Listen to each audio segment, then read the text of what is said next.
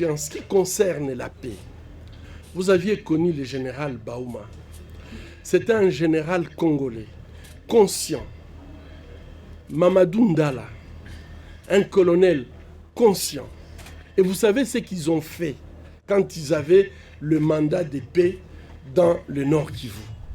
Et vous savez également ce qu'ils ont subi pour tout simplement essayer d'imposer la paix par leur savoir-faire. Donc, je les rends hommage. Ces personnes comme Baouma, comme Mamadou Ndala, existent dans notre communauté. Mais la plupart de ces gens, ils ne sont pas aimés, soit ils sont mis en retraite prématurée, ou alors ce sont des personnes qui sont exclues.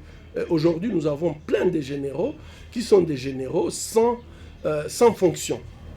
Alors moi, je crois que dans notre plan de paix, nous voulons tout simplement éviter de continuer à utiliser une armée qui consiste tout simplement à un brassage, à un mixage de plusieurs groupes armés qui n'ont pas le même objectif.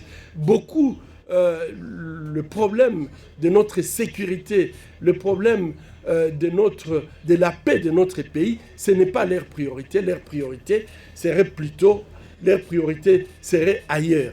Puisque la plupart de ces généraux congolais ont fait des grandes écoles militaires. Ils ont été à Saint-Cyr, ils ont été à l'école royale militaire belge, etc.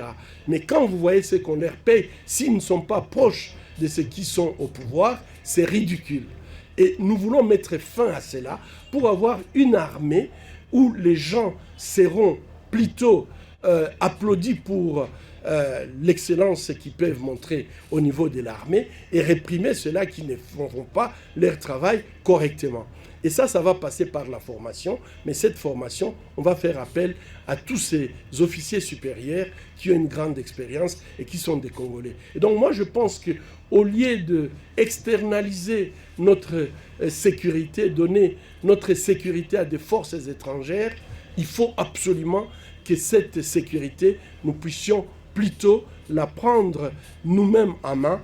Et moi, je crois dans la capacité du peuple congolais de pouvoir sécuriser ces pays. C'est quand même anormal que nous vivons 30 ans dans une situation d'insécurité totale.